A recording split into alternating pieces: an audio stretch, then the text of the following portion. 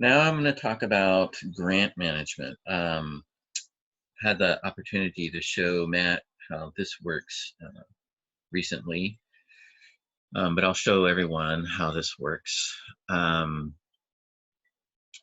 So here I am in PSP. I want to create a grant. So the best thing for me is actually to look up a foundation. Let's say it's Mitzvah. There's the Mitzvah Fund. This is the account. There's already an opportunity out there, but let's create a new one. Let's say, okay, you know what, this is fine, but let's do something different.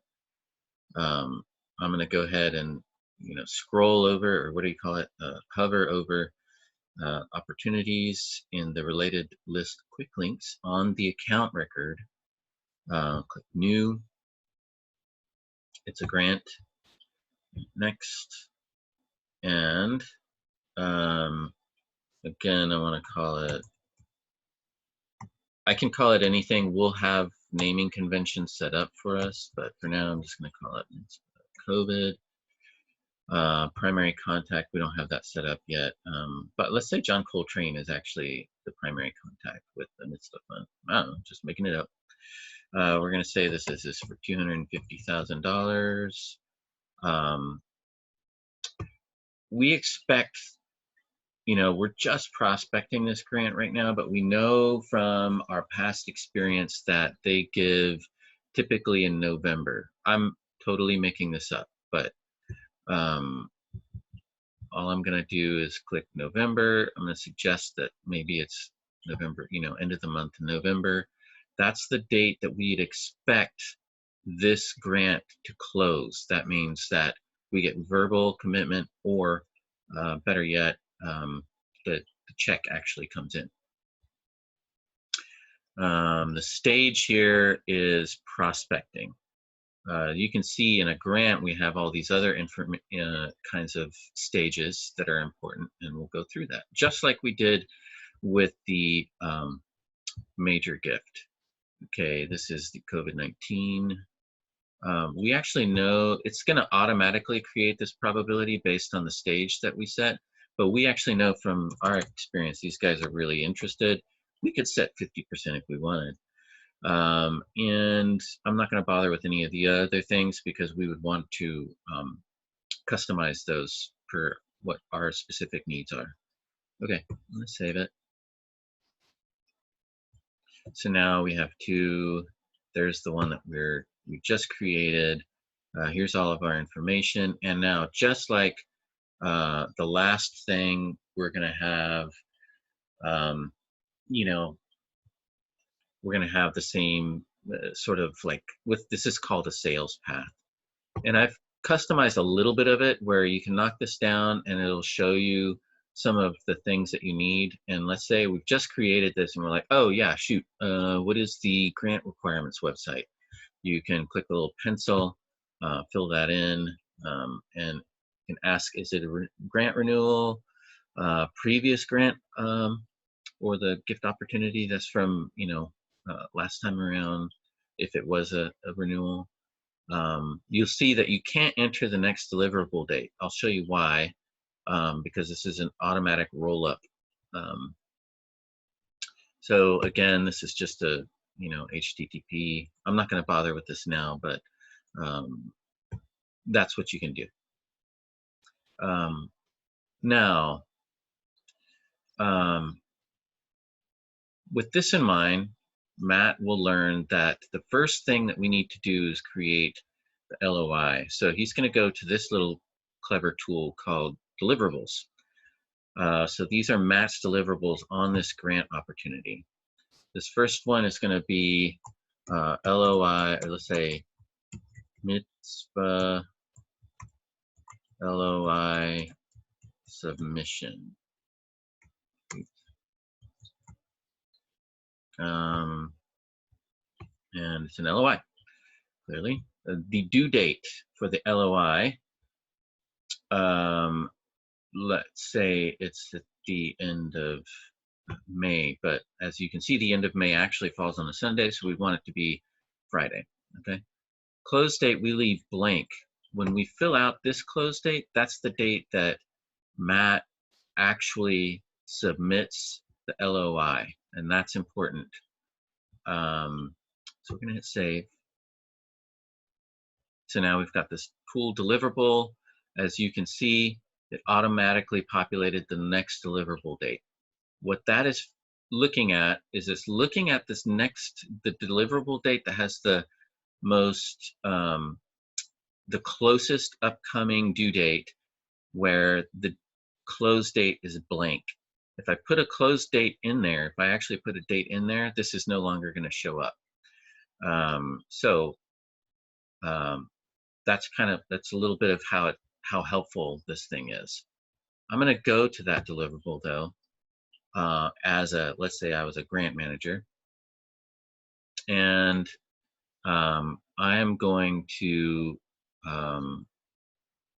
go ahead and let's create a new task. Now you can see on this one, you see new task. On the last one, you saw email or something like that. We can have all of them actually. So I'm gonna create a task, and it's gonna be like all the tasks that Matt needs to do to complete. This is like internal to complete the LOI. So first thing is he's gonna, I don't know, he's gonna draft the copy.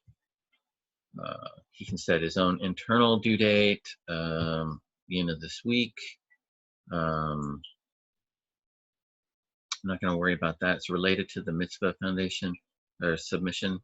That's the deliverable, not the grant. That's important. And he can assign it to somebody. So let's say he wants to assign it to Miranda. I actually don't have everybody in here yet, but he could do that here. And then the status not started. So save that.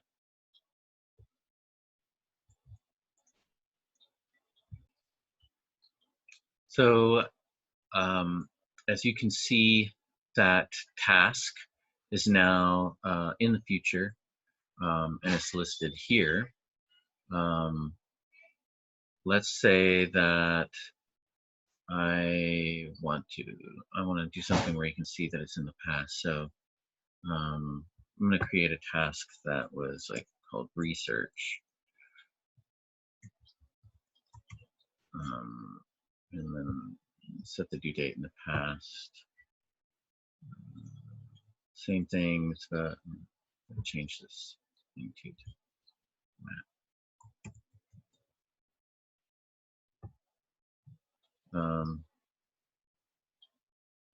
Completed. Okay. So now you see past activities here, upcoming activities here. Let's say that though Matt, I still have it assigned to me. In addition to, drafting the copy, which, Matt might do, he might want to go and ask for Miranda to take a look at it. So you could say, review draft copy. Due date, so he's going to finish it by the 15th, so let's give Miranda a couple of days. And then he can assign Miranda the ability to go to basically to have this task. And there's our status. So now Miranda will see up here, this will have it'll be red and it'll have the number 1 on it to show that there's one notification. She could have 10 notifications. It might be 10, but whatever, one of those, this one in particular, the review draft will be, something that she can click onto up here. Okay. Okay, so once, this is done, Um, all of these things have been completed. We're just pretending here. You know, Matt gets it done early, gets it done today. I don't know.